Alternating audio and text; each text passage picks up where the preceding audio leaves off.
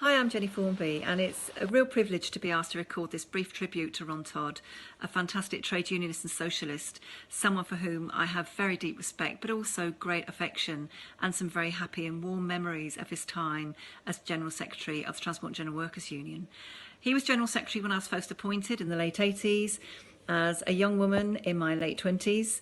A very rare breed in the T&G in those days. There were fewer than 10 women industrial officers in the union, and Ron was immediately welcoming and incredibly supportive, unlike, I have to say, many of my colleagues who weren't quite so thrilled at the idea of women, let alone young women, encroaching on what they saw as their territory.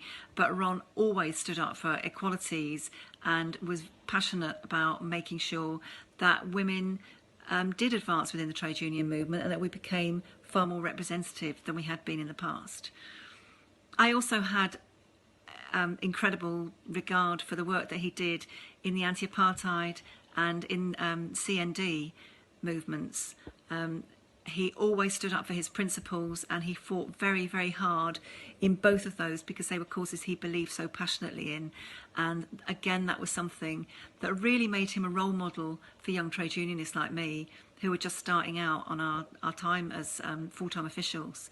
And I thought he was absolutely superb from all of those points of view. And also his engagement with the Labour Party, whilst always it wasn't necessarily exactly what everybody wanted, he always put the union first, and he had very little regard for people in their sharp suits and the Filofax Brigade, as he probably called them in those days. That was something I definitely remember about Ron, that he was working class through and through, and he always stood up for working people, whoever they were, and had very little time for people who he saw as phonies. So thank you for giving me this opportunity just to say a few words about Ron, and I'm really looking forward to seeing everyone else's tribute. Thank you.